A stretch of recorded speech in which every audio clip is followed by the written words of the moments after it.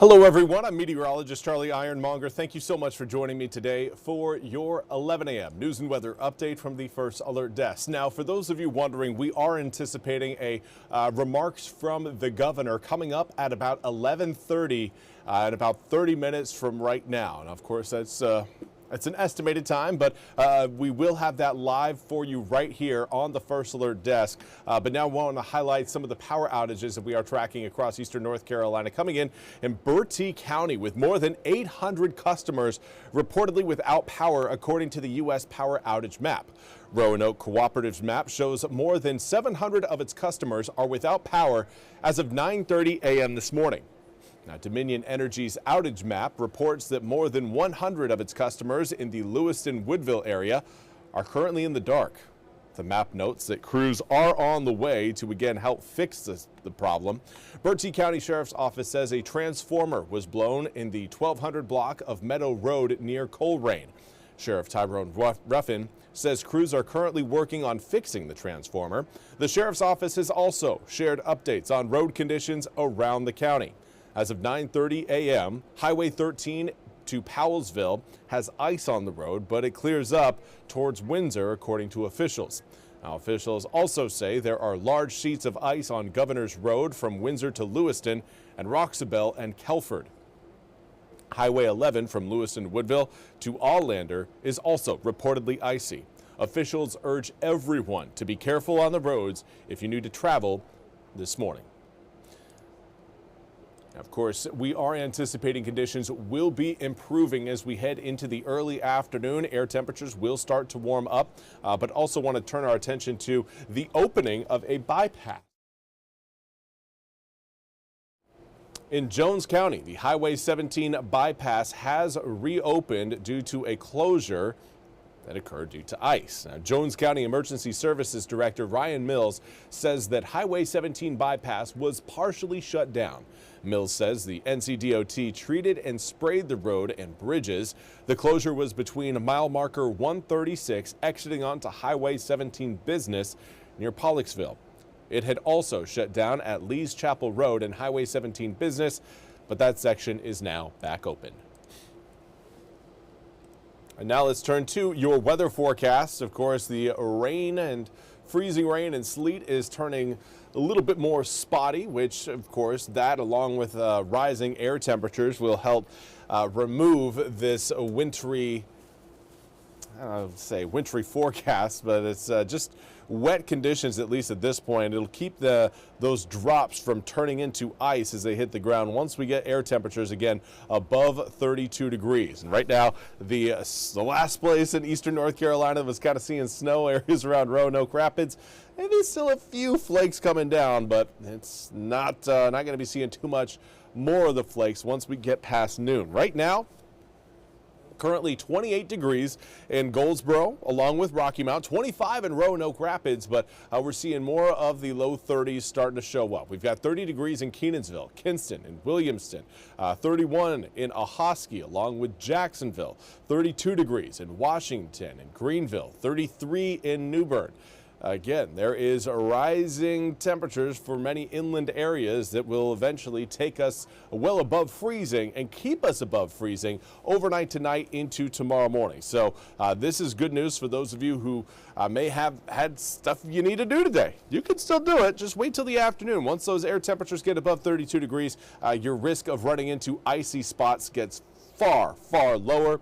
Of course, not seeing any ice along the Outer Banks. In fact, 64 degrees right now in Hatteras is really highlighting just how crazy of a system this truly is. The fact that we've got the mid-60s and the mid-20s all present in eastern North Carolina at the same time is wild, but it all has to do with wind flow. Hatteras is one of the lone spots that's seeing a very steady southerly breeze. It's bringing those air temperatures up. The rest of us dealing with more of a northerly breeze. Now, do want to again over some of the questions we have been tracking. Candace asks, how are the roads between Vanceboro and New Bern? Candace, right now, I do not have an exact report for that location, but I do know that air temperatures for those spots are getting above freezing. So at this point, I would say give it another hour or two by 1 o'clock, you should be looking again at wet road conditions, not icy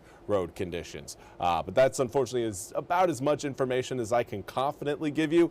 I do think, again, everything is going to get much better once we get into this afternoon. And then from Gene Carr, how is Warsaw looking? We haven't heard any specific reports out of Warsaw this morning, Gene, but with Kenansville sitting at around 30 degrees, I imagine Warsaw is likely going to be sitting around that same number. So by the time we get to around noon in Duplin County, I should be again looking at 32, 33 degrees, and that will kind of eliminate that ice threat for the rest of the day.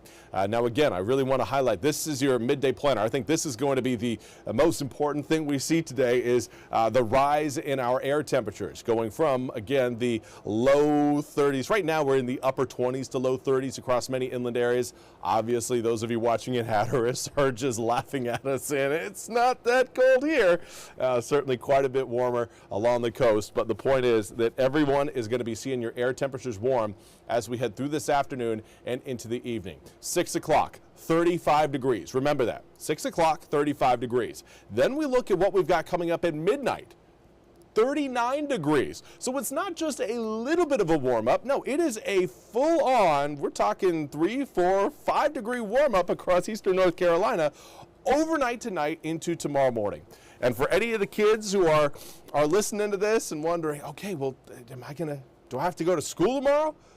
Chances are yes. With air temperature staying well above freezing, it's going to be incredibly difficult to get any sort of ice to form.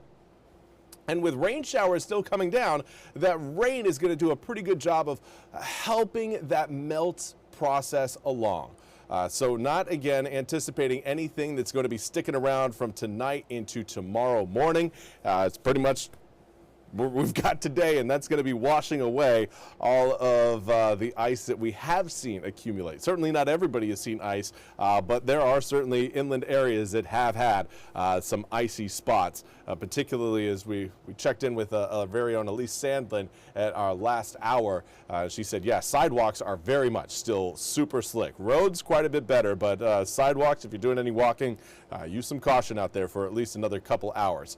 Now later on this evening, again, you'll note that we've got more rain heading our way, but by 9 o'clock, it's looking like it's going to be coming down as just that, rain showers. And remember, we get warmer overnight tonight into tomorrow morning, so that threat of ice really kind of goes away once we get to around sunset tonight. I've got a question from Lindsay Walker about Martin County. Right now, Lindsay, Martin County, again, still sitting a little bit below freezing, so your road conditions may still be rough out there. I can't make an exact confirmation on that, but I would anticipate road conditions getting far better once we get to around 1 p.m. later on this afternoon in Martin County. I think by that point, air temperatures will be around 33, 34, possibly 35 degrees, and then you're really not looking at any sort of lingering ice. But let's take a look again at that full 8-day forecast. Overnight tonight, 36 degrees for your overnight low. That's not going to get you freezing rain. That's not going to get you ice. It's not going to really lead to anything other than rain showers. Cold rain showers, but rain showers nonetheless. So coming up for Monday morning, not anticipating any ice being present. It's likely all going to be either melting away or getting washed away by the rain showers we'll see for the rest of today and through tonight into tomorrow. But we get cold again. We will get cold again. Monday night into Tuesday, 16 degrees.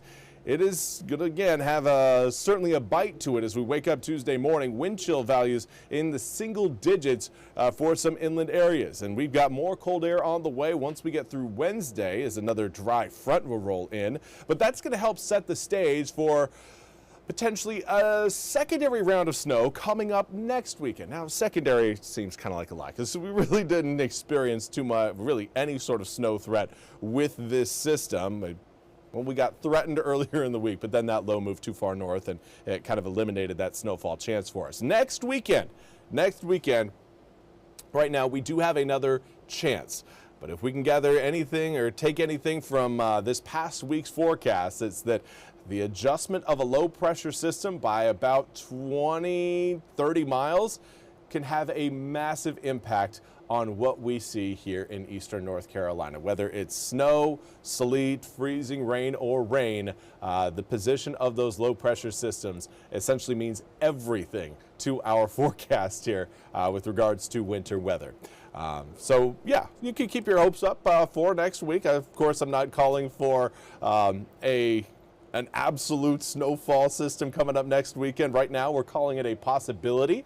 There is certainly potential with rain showers, well, moisture coming in late Saturday evening into Sunday morning, and with overnight lows dipping down into the teens, there is the cold air and the moisture present that you need that could end up giving you 2 thumbs up for a snowfall forecast next weekend. But unfortunately, that's all we have time for today's 11 a.m. news and weather update from the First Alert Desk. We'll be back coming up at 11:30 when the governor takes his live press conference. Until then, have a wonderful, wonderful Sunday.